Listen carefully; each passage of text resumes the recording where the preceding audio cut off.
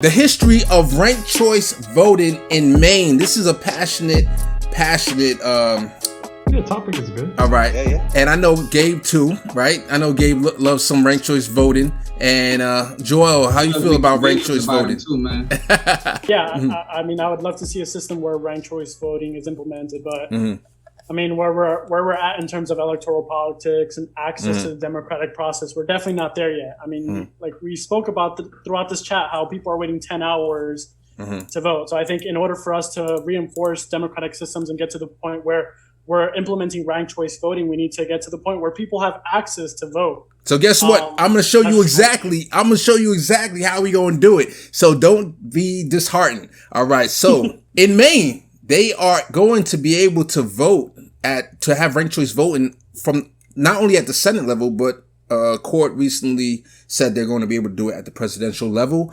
I went to a New Jersey version of a local nonprofit that is trying to get ranked choice voting, and I'm hoping to work with them, and maybe I have their leader on, but I'm going to go into the history of how it was passed in Maine. On November 8th, 2016, Maine question number 5, the Ranked Choice Voting Act passed with 52% support, earning the second greatest number of votes in the history of initiatives in Maine. Maine's first use of ranked choice voting under the law took place on June 12, 2018. Following the success of Maine's 2018 ranked choice voting elections, legislation expanded the system to the presidential primary. So this article needs to be updated, but it definitely passed and they're going to be able to use it from what I understand. On October 19th, 2015, that's when they first started the initiative, or they first got 70,000 signatures, mostly gathered by volunteers, to the Maine Secretary of State. The Committee for Ranked Choice Voting, that's the name of a grassroots group of Maine citizens that they garnered support for this. After question 5 passed, some, including the Maine Attorney General, expressed the opinion that parts of it could not be implemented because of contradictions to the Maine Constitution. So I'm going to touch on a couple examples of how the Republicans and even some of the legislators tried to combat ranked choice voting, even trying to pass. So they try to use the Maine Constitution. They said that a candidate must be seated if they receive a plurality of votes. That's how the system is set up right now, where mainly the person who gets the most votes wins. So somebody can have 30% of the vote and they will win that seat. But we know that's not fair because it's not a majority of the people who are getting the vote. So this concern has been raised during the campaign as well, but several high-profile attorneys in Maine publicly stated that the language did not bar the use of ranked choice voting.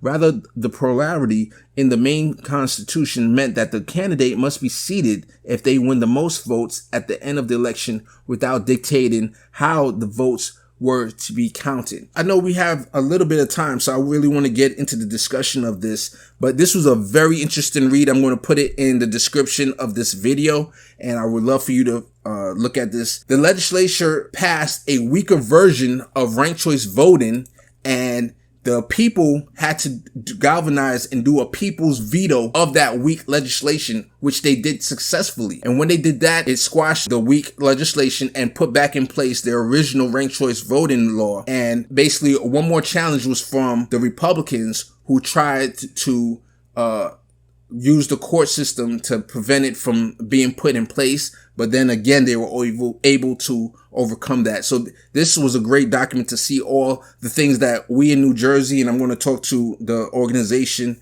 and what we should be looking out for.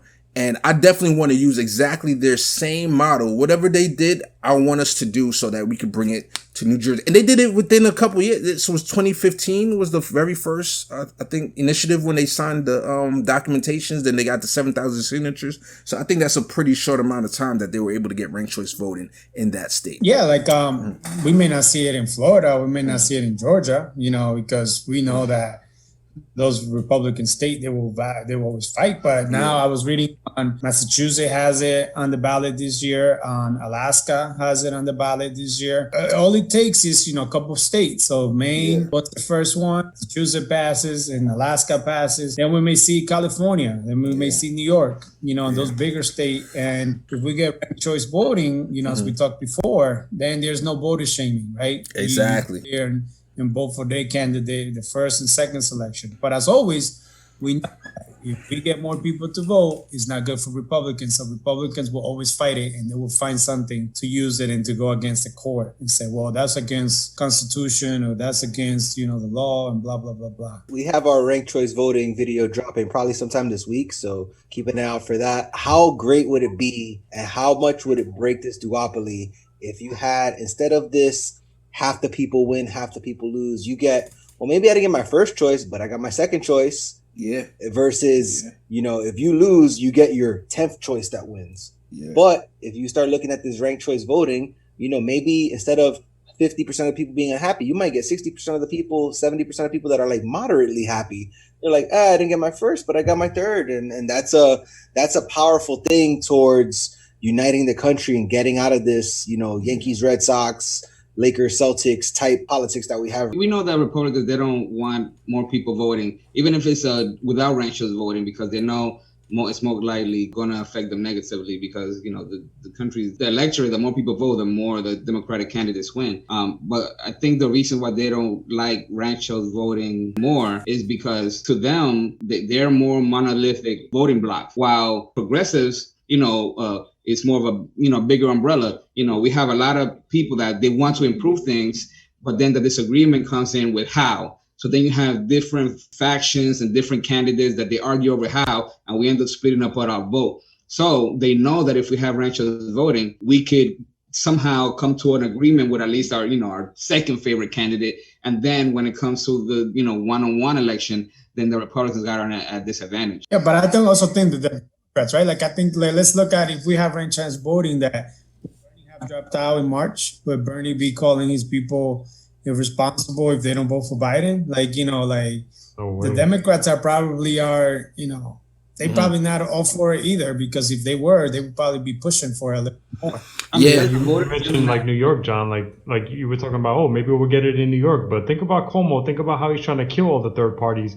You really think that even a Democrat like him is ever going to go for it? But actually, Izzy, it passed in, not at the federal level, but what do you have over there? You have ranked choice voting. Only at this, I think you're talking about at the city level. Yeah, exactly. Okay, so it's at the city level, but we're getting there. We're getting there. Hopefully. Making progress, I guess. Making progress. So I want to show this website real quick of Lisa Savage. We talked about her in the past, and she's running for Senate, and she is going to be on the ballot, and ranked choice voting is in Maine, like I said before, and it is the Republican, it's the Democratic establishment, and then it's Lisa. So if you're in Maine, please vote for Lisa, and you have ranked choice voting, so you can give your second vote to whoever you want to give it to, whether it's the Democrat or whether it's the Republican, is up to you. Yeah, don't give your vote to Susan Collins. Like and subscribe in the comments below. Let us know what you think about ranked choice voting.